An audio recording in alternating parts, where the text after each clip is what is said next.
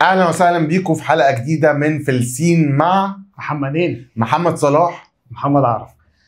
بصوا بقى يا جماعه، في فيديوز كتير بنشوفها على اليوتيوب عن حاجات بتتكلم عن العلاقات، ازاي تدخل في علاقه صحيه، ازاي تدخل في علاقه هيلسي، او انك ازاي تبعد عن علاقه توكسيك، ازاي تبعد عن علاقه بتأذيك او بتضرك. لكن احنا دلوقتي هنتكلم عن حاجه تانية خالص، وهي بالعربي كده عشان بص ايه، ما تدخلش في علاقات. حلقه النهارده عن ازاي ما تدخلش في علاقات. هتقول لنا ازاي؟ هنقول لكم، بس نخش بالايه؟ بالانترو. يلا بينا. اكشن. طيب، بما اني بقالي سنين سنجل والعلاقات اللي بخش فيها بتبقى علاقات بسرعه كده، وبعد كده يعني معظم الوقت في حياتي كنت سنجل، فانا عندي خبره قوي في ازاي ما تدخلش في علاقات. انا عارف الحاجات اللي انا بعملها اللي تخليني دايما قاعد بعيد عن البنات، او مفيش فرص عاليه قوي ان انا ادخل في علاقات. تمام. وحابب اشير معاكم ايه هي الحاجات دي، عشان انت عايز تعملها، عايز ما تعملهاش تعمل عكسها عشان تدخل في علاقات، اعمل. بس خلينا نبقى عارفين الحاجات دي. بالظبط كده. زي ايه يا استاذ عارفه؟ لان انا برضو مستغرب موضوع الحلقه شويه، يعني افتكرت ان احنا هنتكلم في بوينتس معينه، بس لقيتك وديتني في سكه تانية خالص. فحابب افهم منك ونتناقش كده في البوينتس دي مع بعض. طيب، اول حاجه انت ممكن تعملها عشان ما تدخلش في علاقات هو ان انت تدلع نفسك وتقعد تصرف كتير وتنزل وتبقى مستقنيس كده ومتدلع كده ومبسوط في حياتك من غير اي واحده بنت. فانت كل ما بتخش في الكومفورت زون وتستريح وتعمل اللي انت حابه، تروح شويه تلعب بادل، تنزل شويه مع اصحابك، معرفش ايه، وتصرف على نفسك شويه، تدلع نفسك، كل ما انت اصلا هتستريح وهتحب ده ومش هتبقى عايز تدخل في اي علاقه، مش محتاج لحد يعني. اوكي ماشي تمام. هي بوينت حلوه.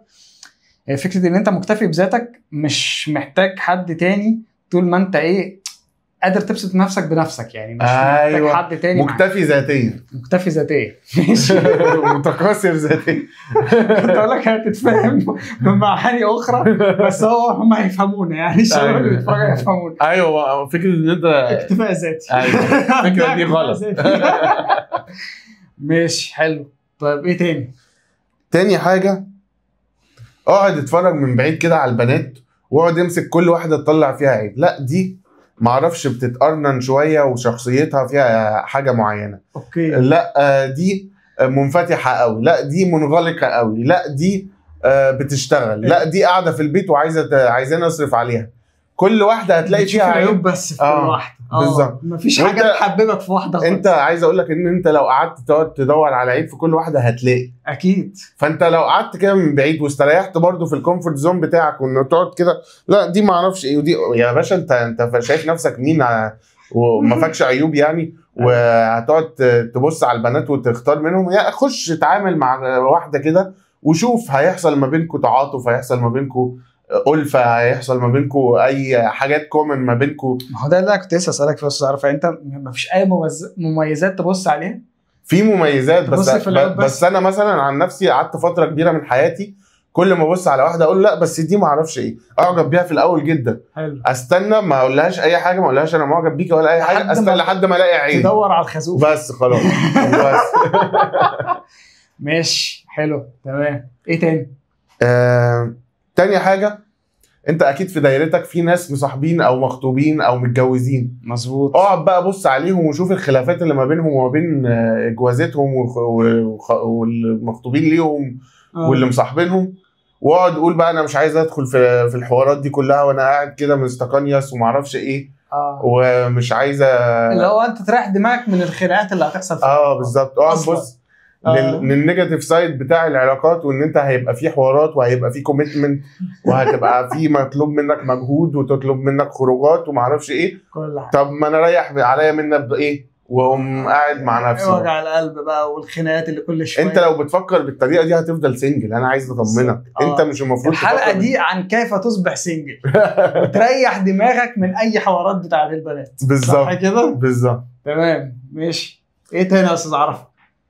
لان انا برضه عايز في الاخر تغير وجهه النظر دي تماما. بس ما انا بقول للناس بقى انتوا يا تعملوا الحاجات دي يا تعملوا عكسها بالظبط عشان ما تبقوش سنجل. بالظبط. يعني فكره ان انت ايه لا اللي في علاقه مرتاح ولا اللي سنجل مرتاح. فاحنا دلوقتي بنوريكم دليل السنجله هي الشامل. هي دايما بس احنا دلوقتي بنقول لكم دليل السنجله الشامل. لو انت حابب تبقى سنجل خد بقى بالبوينتس دي كده. كلها. الحاجه الجايه طول في ان انت كونك سنجل. كل ما تطول في ان انت كونك سنجل كل ما هتستريح مع نفسك اكتر. اقعد في اوضتك، اقعد مع صحابك، اعمل اللي انت بتحبه، خليك على هواك كده.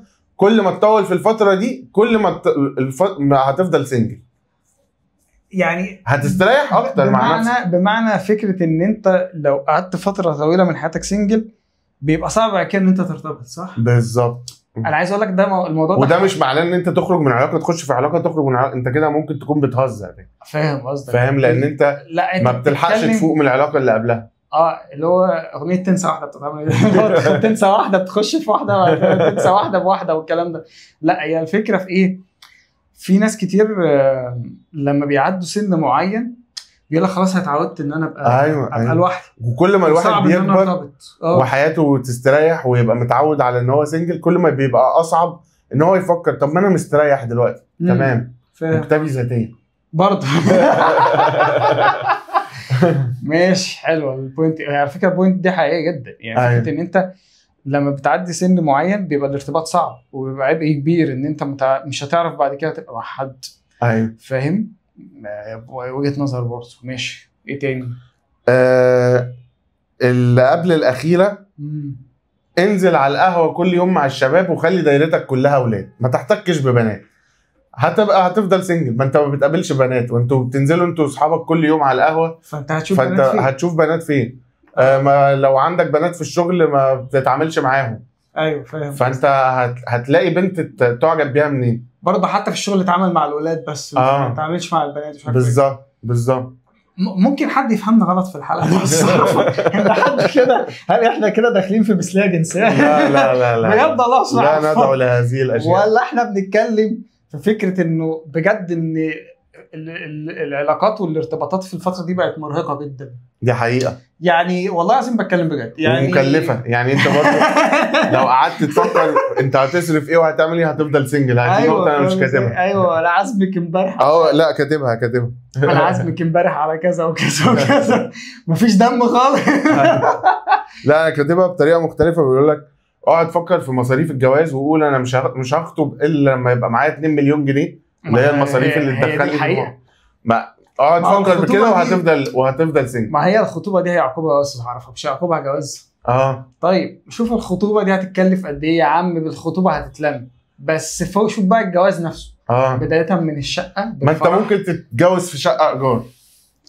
ما هو الشقه وتدفع مقدم في شقه واحده.